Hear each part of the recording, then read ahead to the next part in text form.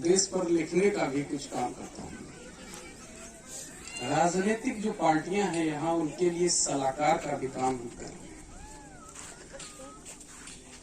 नेताजी के विषय में अभी हमने कुछ समय से 1 वर्ष पहले से लगभग अध्ययन करना चालू किया। नेताजी ने कैसे इस देश को आजाद कराया, उसके विषय में हमने थोड़ा जाना। जापान में जब मदद लेने की बात आई तो नेताजी ने कहा कि जो एशिया है, एशिया के लोगों का होना चाहिए। और उन्होंने एक ऐसी प्लानिंग बनाई जिसके तहत हमारा देश आजाद हुआ। पढ़ रहे थे, इतनी सटीक प्लानिंग, इतना सटीक उस चीज को जानने वाला इस देश में हमको नहीं लगता कोई और पैदा भी हुआ। आजकल राजनीति दूसरे प्रकार की हो रही है। तो नेताजी की शान में हमने कविता लिखी है, उसकी 2 लाइनें हम जरूर कहना चाहेंगे कि लोग ये सोचते हैं कि नेताजी की विचारधारा कमजोर पड़ गई।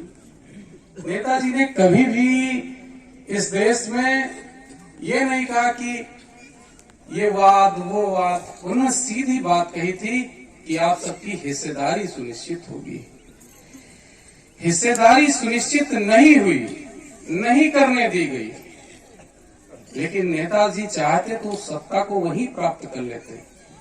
लेकिन एक संत का वो होता है, संत के लिए पूरा देश, हर चीज सब उसी का होता है। कहते हैं कि सब हमारे हैं।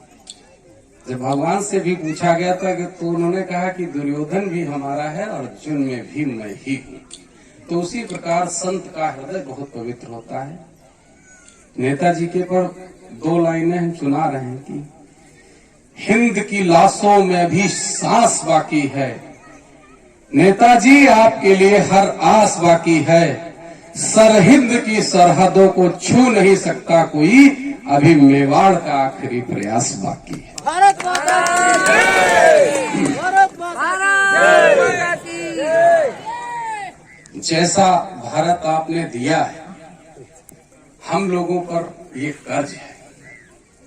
2 लाइनें, जो दिया है नेताजी, जो आपने दिया है, जो दिया है उसी में आपका प्यार देखता हूँ, नफरतों चाहतों का मैं संसार देखता हूँ। स्वयंभू कहते हैं लोग तुम्हें, मैं चरणों में ही आपके संसार देखता हूँ। नेताजी सुभाष चंद्र, सम्राट सुभाष, भारत माता की जय, भारत। नेताजी का हम लोगों के लिए क्या कहना है? उन्होंने कहा कि इस देश की इस हिसाब से सेवा की जाए जैसे सब हमारे हैं। तो उन्होंने कहा कि जिस प्रकार से कोई युद्ध होता है, एक सैनिक जाता है तो लोग गांव के कहते हैं कि भैया बहुत दुखी होते हैं। तो सैनिक लोगों से जवाब देता है, कहता है दुखी मत होइए। क्या जवाब देता है? इन अश्रुधाराओं को धरा पे गिरने दो, सजल हो सके संसार जिससे वो काम मुझे करने दो। क्या रखा है इस अपने तू में जो क्षणिक नहीं तुम्हारा है, पल भर में डूब जाएगा जो उगता जगता आज सितारा है। इस माया रूपी संसार में कौन अपना कौन पराया है, जीवन तो जलता बुझता साया है।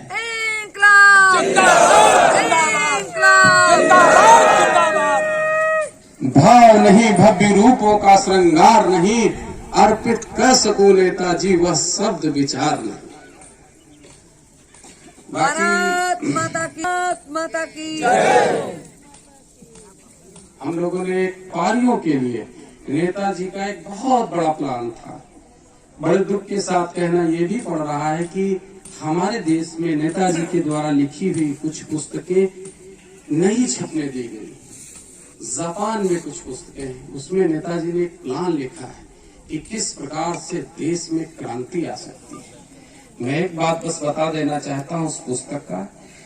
नेताजी ने उसमें लिखा है कि अगली बार जब देश में क्रांति होगी, जब एक ऐसा कार्यालय, ऐसा स्थान बनाया जाएगा जहां से हमारे प्यारे देशवासियों को प्रशिक्षित किया जाएगा और वो कैसा देश होना चाहिए उसकी विचारधारा बताई जाएगी। और एक एक गांव, एक एक घर को जब कनेक्ट किया जाएगा तब जाकर के अगली क्रांति होगी और उसका समय हमको लग रहा है अब आ चुका है। साथियों, ज्यादा समय आपका नहीं लेंगे, इन्हीं विचारों के साथ हम अपनी वाणी को विराम देते हैं। जय हिंद, जय भारत, जय नेताजी।